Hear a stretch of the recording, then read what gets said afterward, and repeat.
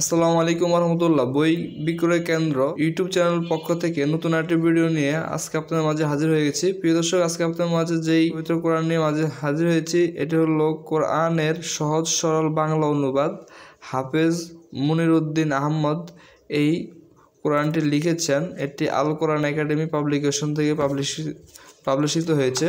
তো প্রিয় দর্শক, এটা এমন একটি কোরআন, আমি নিজে যেটা মনে করি সেটা হলো যে এই কোরআনটি প্রত্যেকটা মানুষে একটি করে সংগ্রহ করা অবশ্যই প্রয়োজন এবং কিনে সংগ্রহ করে এটি প্রতিনিয়ত পড়তে হবে।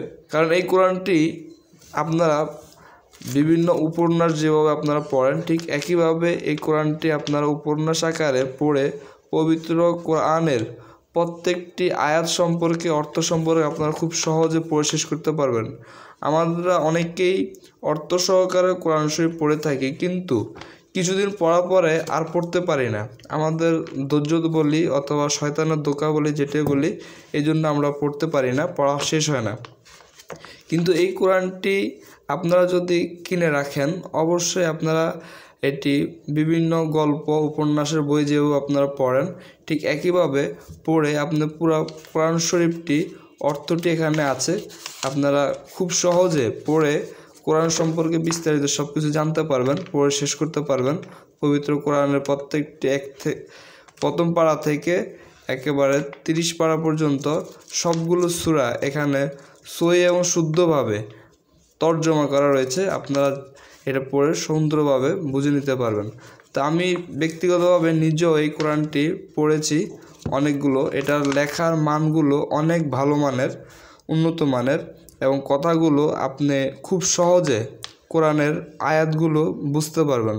পবিত্র কোরআনে পাক রব্বুল আলামিন আল্লাহ রব্বুল আলামিন কী বোঝাতে চেয়েছেন, কি নাযিল করেছেন, কি রয়েছে সব কিছু আপনারা এই অতি সহজে পড়ে জানতে পারবেন, বুঝতে পারবেন। তো আমি যদি আপনাদের দেখানোর চেষ্টা করি এই পবিত্র কোরআনটির বিভিন্ন সূরা, এখানে কোথায় কি আছে সব কিছু লেখা আছে, দেখতে পারতেছেন। এই যে বিভিন্ন কোন সূরার কত নাম্বার আয়াত কিসের উপরে লেখা রয়েছে সেটা এখানে আছে। আমি যদি আপনাদেরকে একটু দেখানোর চেষ্টা করি দর্শক, এই যেখানে যদি আপনাদের দেখায়, যখন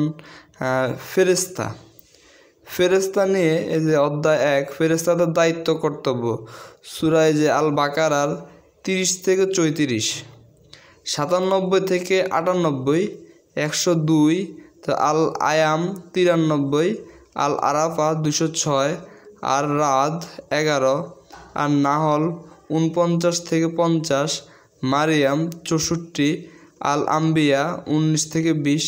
এভাবে কোন সূরা কত নাম্বার আয়াতে ফেরেশতাদের দায়িত্ব কর্তব্য নিয়ে লেখা আছে, আয়াত আল্লাহ নাজিল করেছে সেটা এখানে আছে। তো আপনারা এখানে এভাবে দেখতে পাচ্ছেন কিয়ামত সম্পর্কিত কোন সূরায় কোন আয়াতে আল্লাহ রাব্বুল আলামিন আয়াত নাজিল করেছেন সেটি এখানে আছে। তো আপনারা এই আয়াত অনুসারে পড়েও বিস্তারিত জানতে পারবেন। এছাড়া দেখতে পাচ্ছেন মৃত্যুর পর থেকে কিয়ামত পর্যন্ত সময়কালের অবস্থান সম্পর্কে আল্লাহ রাব্বুল আলামিন কোন সূরায় কত নাম্বার আয়াতে আয়াত নাজিল করেছেন সেটি এখানে দেখতে পাচ্ছেন।